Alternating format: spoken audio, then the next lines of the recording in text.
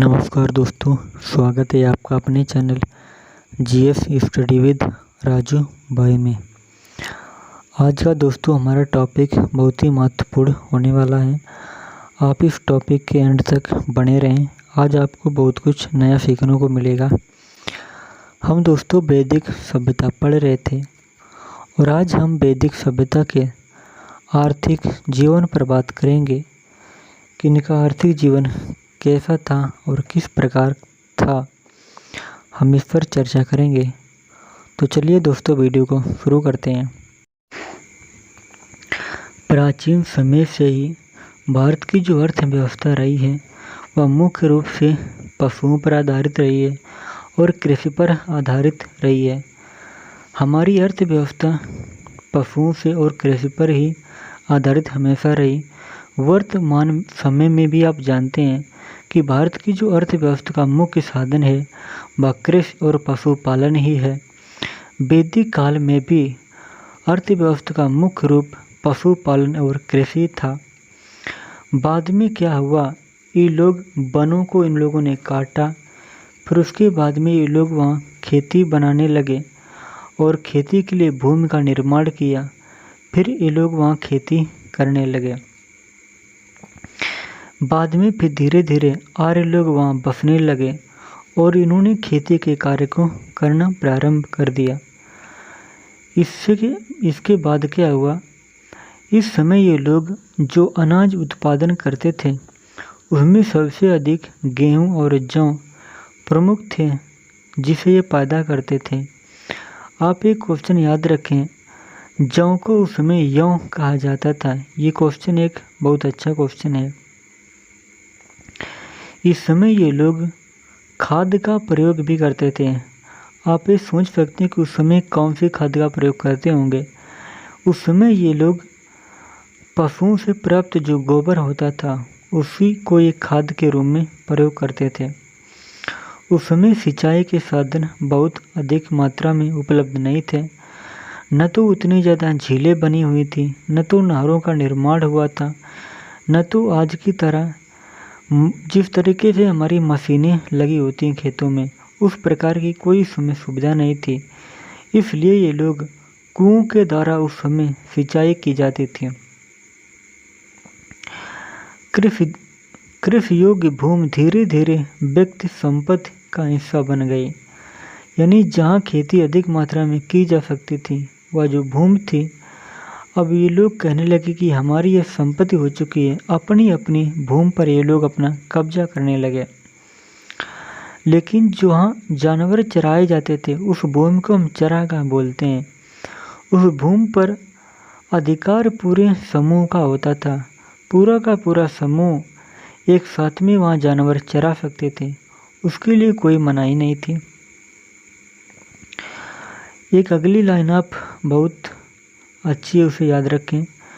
ऋग्वेद के चौथे मंडल में कृषि प्रणाली को बताया गया है कि वहाँ खेती किस प्रकार से की जाती थी और खेती करने में कौन कौन से यंत्रों उपकरणों का प्रयोग किया जाता था, जिससे खेती की खुदाई होती हो या जुताई होती हो, कौन से हथियार प्रयोग किए जाते थे, उनकी चर्चा की गई है ऋग्वेद के चौथे मंडल में।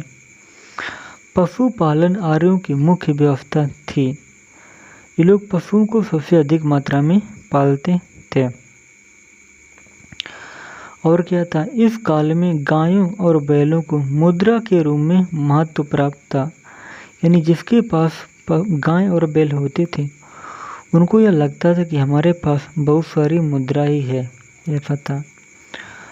ऋग्वेद में अजा को हम बकरी कहते हैं आज, इसे ऋग्वेद में अजा कहा गया है।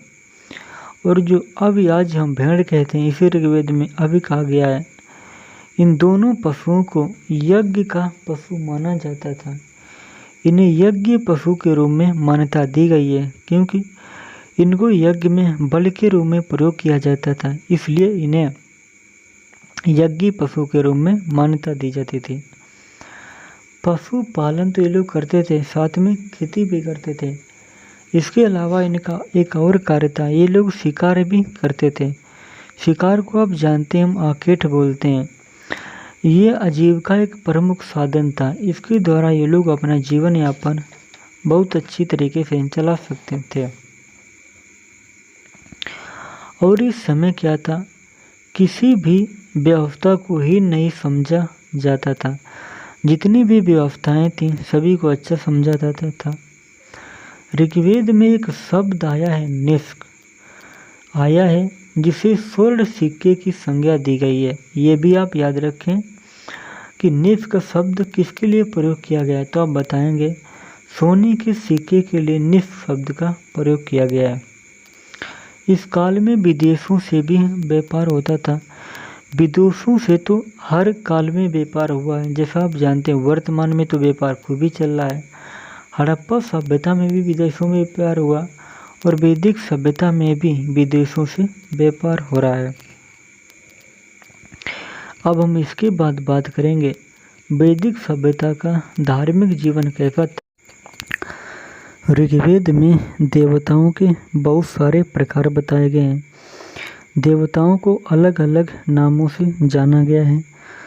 अब हम बात करते हैं, पहला स्वर्ग के देवता की बात करते हैं। स्वर्ग के देवता को आकाश के देवता भी कहा गया है। इसमें कौन कौन से देवता आते हैं, अब हम इस पर बात करेंगे। स्वर्ग के देवता में आते हैं विष्णु, सूर्य, मित्र, पूषण, सरिता, आदित्य, उषा, वरुण और आश्विन। ये सारे देवता स्वर्ग के देवता आते हैं। अब हम इसके बाद बात करेंगे पृथ्वी के देवता। पृथ्वी के देवता कौन कौन से हैं? पृथ्वी, सोम, अग्नि, बृहस्पति, सरस्वती, ये सारे देवता पृथ्वी के देवता हैं। अब हम इसके बाद बात करेंगे वातावरण या अंतरिक्ष के देवता।